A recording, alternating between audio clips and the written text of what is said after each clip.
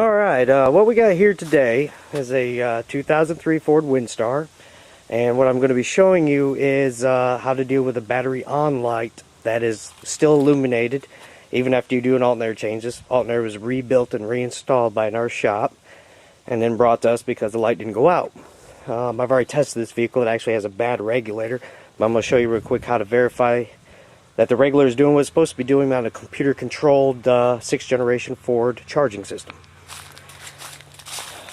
First things first, start the vehicle up.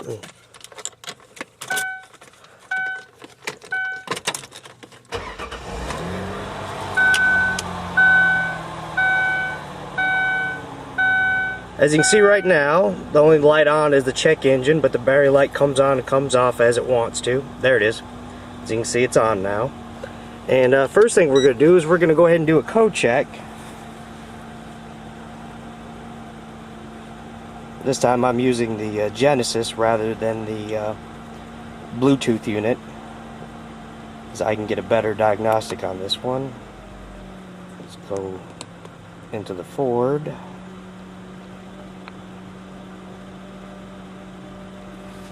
Takes it a second.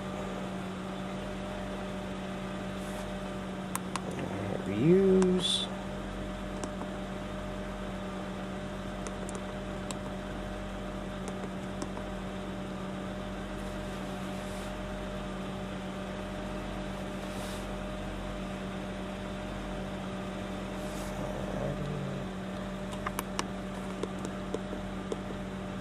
Oh, that was the generic module. Let's go into the engine control module.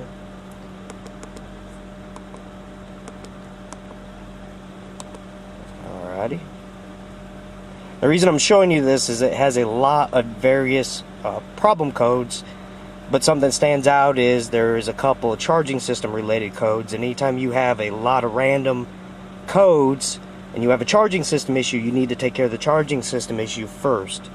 As you can see, there's a lot of O2 codes, and then this alternator code here, it's a P1246. And if we go out and go into the ABS system, we'll go down here to read codes.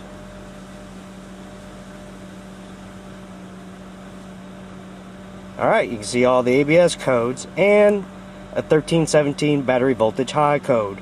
You can't, none of these are reliable codes. Anytime you have voltage that's way above or way below what it's supposed to be, it could create all kinds of problems inside the ECMs, the body control module, transmission control module, ABS control module. You can have all kinds of issues because voltage is fluctuating outside the computer's control. So, let's find out what's going on with the charging system.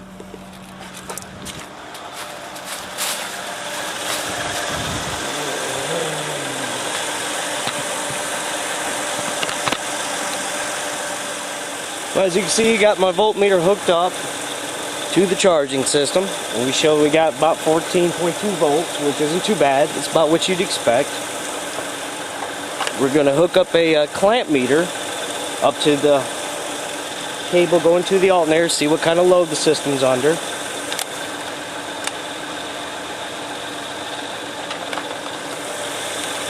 And this will have hooked up to this other voltmeter real quick.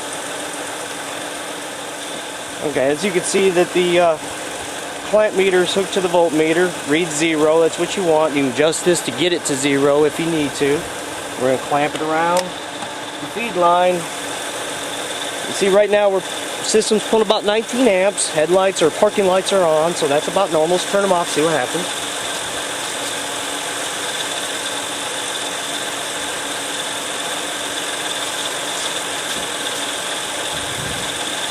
As you can see amperage is coming down. We're about 16.3 amps. That's not too bad. Now, since we have a battery light on, this is going to be hard to do because it's getting dark.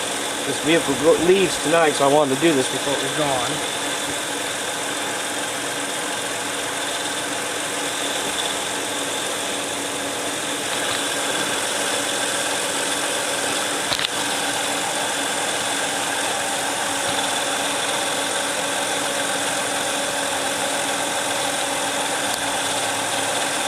Alright, as you can see, there is a 3-wire terminal here.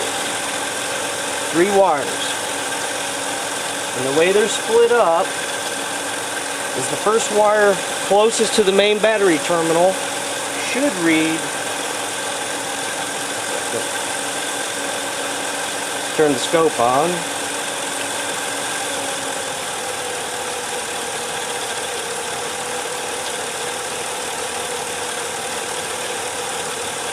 this wire should read battery voltage. As you can see, it does.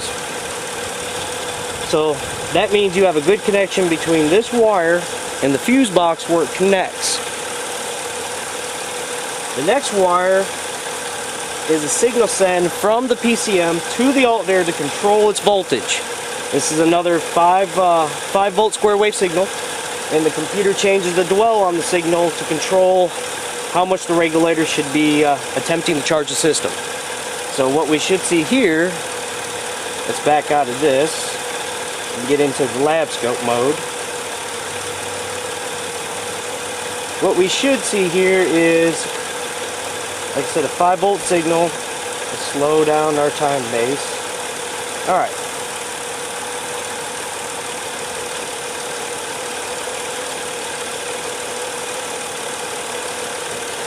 And as you can see, we have a waveform. I have a pretty good one too. There it is.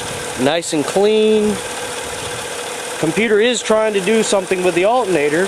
Now the way it knows if it's doing it right or not is it actually uses this last wire, the one closest to the front of the vehicle, as the field reference wire.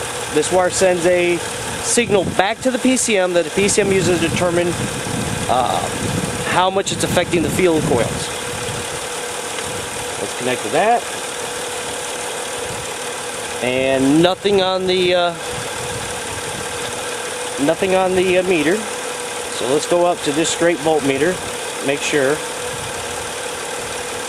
And yeah, as you can see, there's no voltage on the field return line or the field reference line, telling me that the regulator inside this alternator, even though it was rebuilt, is no good. If this regulator, it's either no good or the wrong one. That sometimes does happen. There are a couple different regulators for these Ford 6th generation alternators. And if you get the wrong one, you will have all kinds of issues. So what's happening is the computer is sending a signal to control the alternator. The alternator is responding and charging the system. And actually at times it's overcharging the system. I've seen it go as high as 16 volts earlier today. But the regulator is not reporting back to the alternator what's going on. And since it's not going to report back to the computer and tell the computer what's going on, the computer is assuming that the charging system has failed in some way and has turned on the light. And of course, with system voltage being erratic because the computer does not have complete control over it, that could cause other code issues. So this customer is coming to get this vehicle. They're returning it back to where they had the alternator rebuilt. They're going to have them take it back apart and recheck everything and have them fix the problem.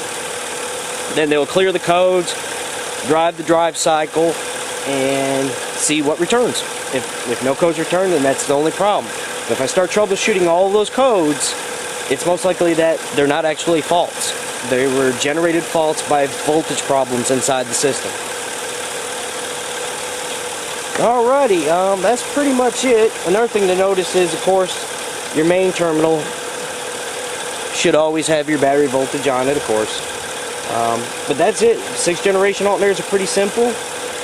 One wire going straight to the battery. One wire in the connector, the closest to the rear of the vehicle, goes to the fuse box. If you have an alternator that's not charging at all, check that fuse. The second wire comes from the computer to control the regulator. The third wire comes from the regulator back to the computer to let the computer know what's going on. And hope that was helpful. And finally, we have a gift for you that is tricks to reduce your electricity bill by at least 75%. And the way to complete energy independence, get rid of the monopoly of big energy. You will never have to pay for electricity. Method, amplify electricity to make output power greater than input power. See link in description. Thanks for watching.